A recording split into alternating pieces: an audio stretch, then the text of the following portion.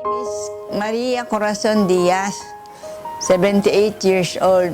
Na-diagnose ako ng colon cancer. Nung naoperahan ako doon sa aking gallbladder, ang pagdumi ko, irregular. Tapos matigas yung dumi, konti-konti lang.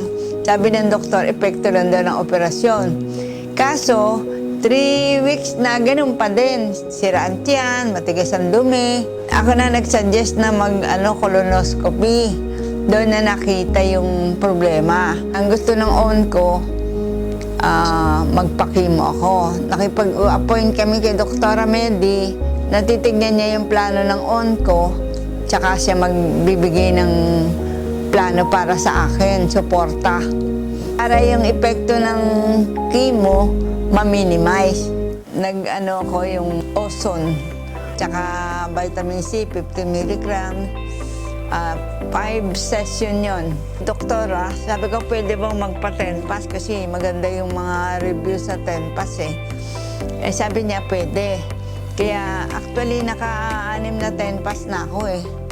Mahina kasi ako noon eh. Naalalayan lang ako. Nung ako'y nagpa-ozone, ang laki na inilakas ko. Tsaka nadagdagan yung timbang ko, nahimbing yung tulog ko. Tsaka yung balance ko, naayos. Hindi na ako inaalalayan. Ngayon nga nag-walking ako ng mga 45 minutes to 1 hour doon sa subdivision kaya eh. Effective talaga.